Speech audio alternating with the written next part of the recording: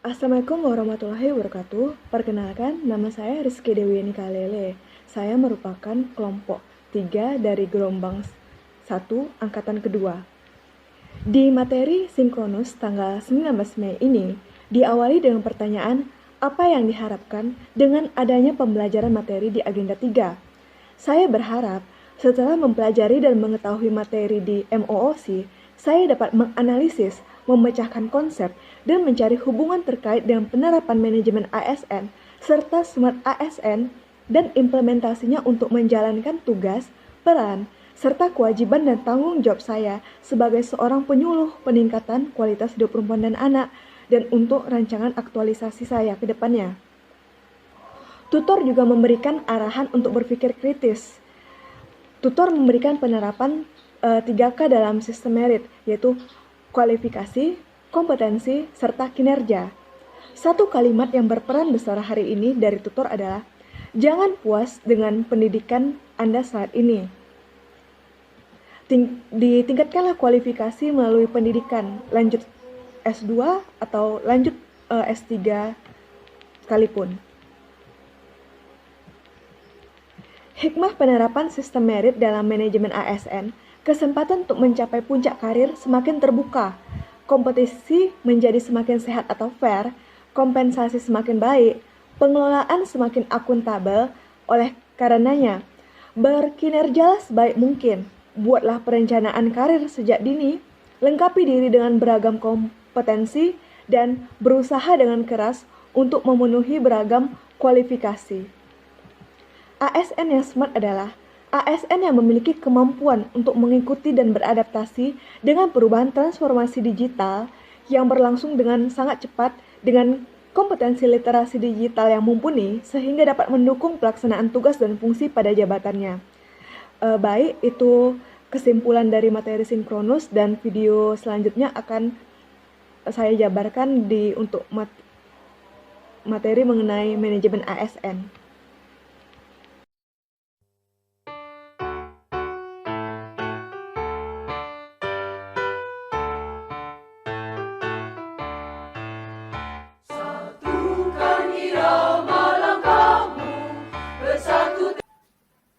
Manajemen ASN adalah pengelolaan ASN untuk menghasilkan pegawai ASN yang profesional, memiliki nilai dasar, etika profesi, bebas dari intervensi politik, bersih dari praktik KKN.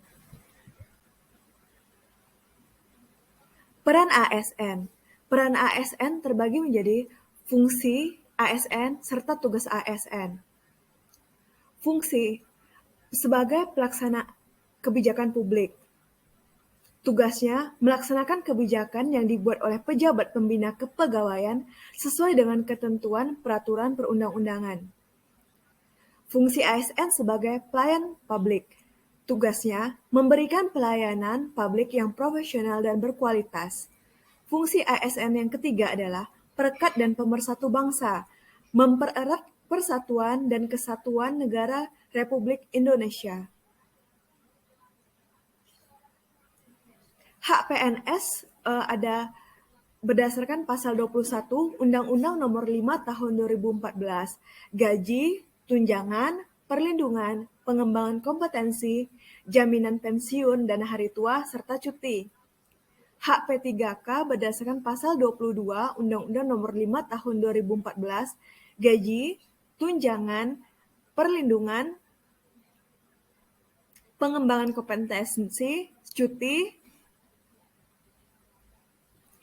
Kewajiban ASN, yaitu suatu beban atau tanggungan yang bersifat kontraktual, sesuatu yang sepatutnya dilaksanakan oleh ASN. Kewajiban setia dan taat pada Pancasila, Undang-Undang Dasar 45 NKRI. Selanjutnya, menjaga persatuan dan kesatuan bangsa, melaksanakan kebijakan yang dirumuskan pejabat pemerintah yang berwenang, dan menaati ketentuan peraturan perundang-undangan. Kewajiban lainnya yaitu melaksanakan tugas kedinasan dengan penuh pengabdian, kejujuran, kesadaran, dan tanggung jawab, serta menunjukkan integritas dan keteladanan dalam sikap, perilaku, ucapan, dan tindakan kepada setiap orang, baik di dalam maupun di luar kedinasan. Menyimpan rahasia jabatan dan hanya dapat mengemukakan rahasia jabatan sesuai dengan ketentuan peraturan perundang-undangan dan bersedia ditempatkan di seluruh wilayah negara Kesatuan Republik Indonesia. Kode etik dan kode perilaku ASN. Melaksanakan tugasnya dengan jujur, bertanggung jawab, dan berintegritas tinggi.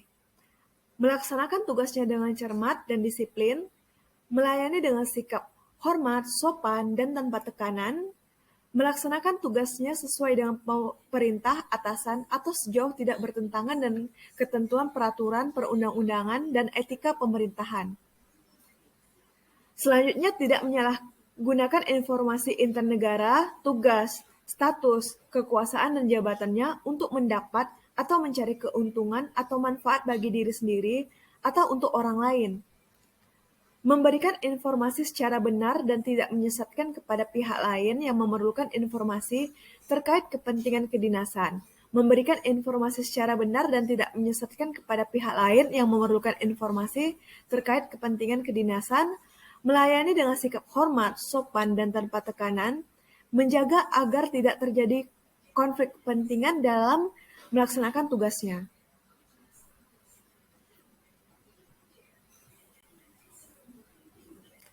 Selanjutnya, sistem merit yang diatur oleh Pasal 1 Undang-Undang ASN tentang ketentuan umum.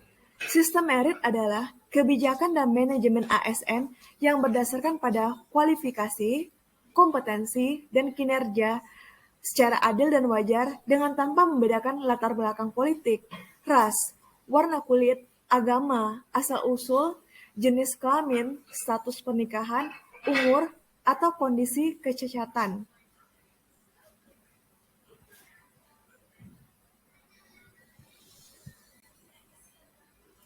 Manfaat sistem merit bagi organisasi. Yang pertama adalah mendukung keberadaan penerapan prinsip akuntabilitas, dapat mengarahkan SDM untuk dapat mempertanggungjawabkan tugas dan fungsinya, instansi pemerintah mendapatkan pegawai yang tepat dan berintegritas untuk mencapai visi dan misinya. Manfaat sistem merit bagi pegawai. Menjamin keadilan dan ruang keterbukaan dalam perjalanan karir seseorang pegawai, memiliki kesempatan yang sama untuk meningkatkan kualitas diri. Pelaksanaan sistem merit dalam pengelolaan sumber daya manusia. Perencanaan kebutuhan pegawai, pegawai ASN terpilih, pegawai ditempatkan sesuai dengan perencanaan.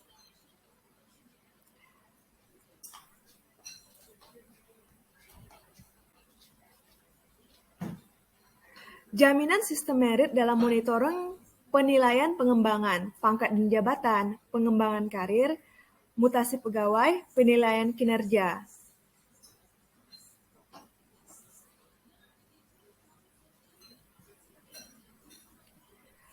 Kelembagaan dan jaminan sistem merit dalam pengelolaan ASN. Komisi ASN mempunyai kewenangan untuk melakukan monef pelaksanaan kebijakan dan manajemen ASN, sementara Kemenpan RB memberikan bimbingan pertimbangan pada proses penindakan pejabat yang berwenang dan pejabat pembina kepegawaian atas penyimpangan pelaksanaan sistem merit dalam pengelolaan ASN.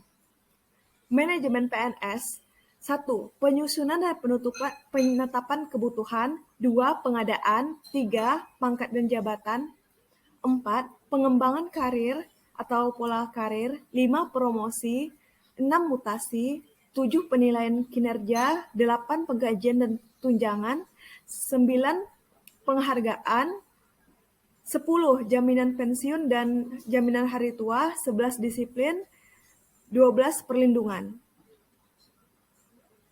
Sekian, terima kasih. Itu adalah penjelasan dari asinkronus mengenai manajemen ASN.